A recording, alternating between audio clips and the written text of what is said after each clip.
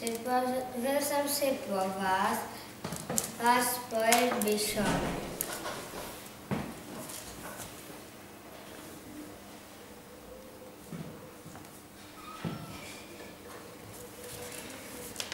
Proč jsem si vybral projekt Bišonek?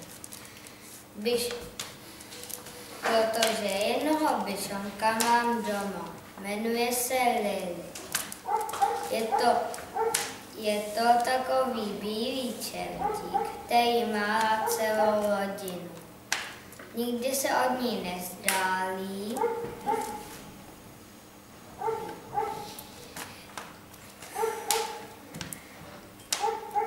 A když tu knížku klidně si usne u mé nohy.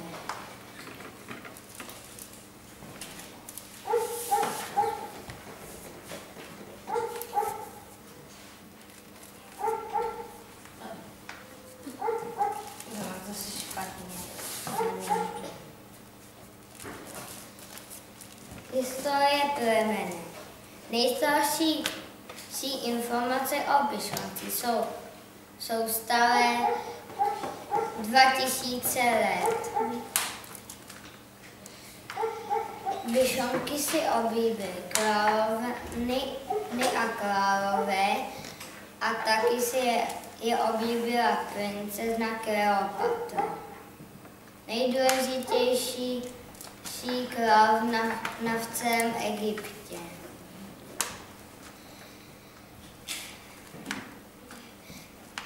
Zamilovali si je i jiní králové země. Francii i Itálii.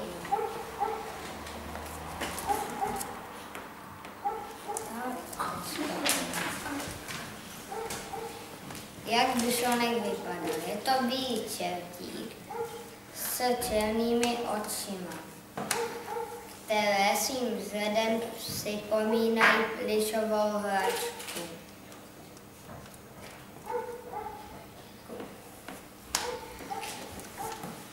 Váží asi 5 kg a v kohoutku je velký 26 cm.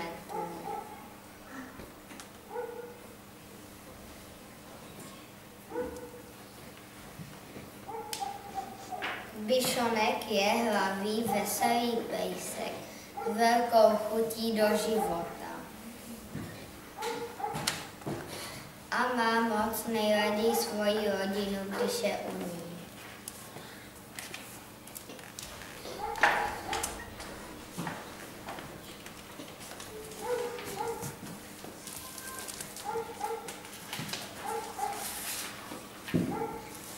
Vývoj štěněte.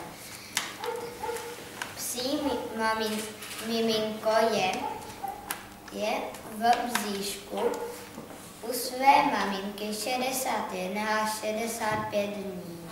To je 9 týdnů. Když bišonek narodí, váží kolem 20 gramů. 200. Vývoj štěněte jednotlivých dlaní. Do lidské dlaně se vleze. Nějak takhle. Takové maličké je to štěňátko. Psí maminka se o své štěňátko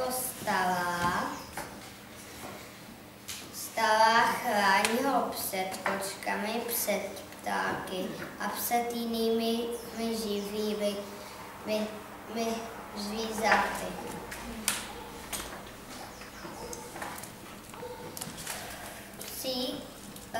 Miminko pije od maminky mateřské mléko. Štěně rodí se slepá.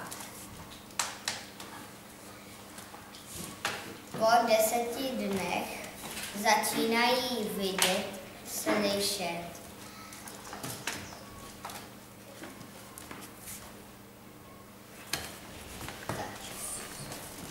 Tady jsem vám chtěl ukázat fotky. Tady jsme jí měřili a tady je i mamka a deduška, jak se o sebe starají. Tam jste ji vážili asi, ne? To je váha.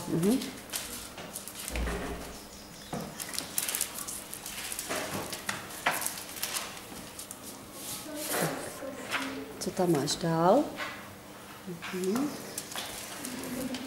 Ve 3 týdnech je psí miminko dost velké, aby si hrálo samo s ostatní.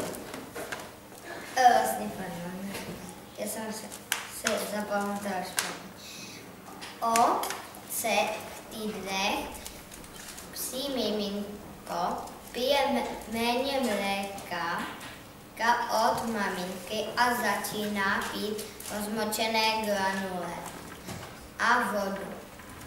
A začíná chodit, tam vidíme za tebou. Postupně začínají s dospělými psama vycházet. A koušou, co se dá. Přesně Klidně tak. aj svoji travku. No, tady si ji kouše. Tak. Svoji travku si kouše. To je bez pokleta, co?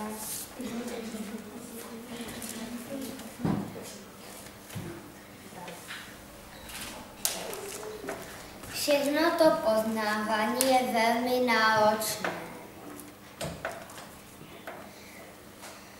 Není divu, že potom tak spí.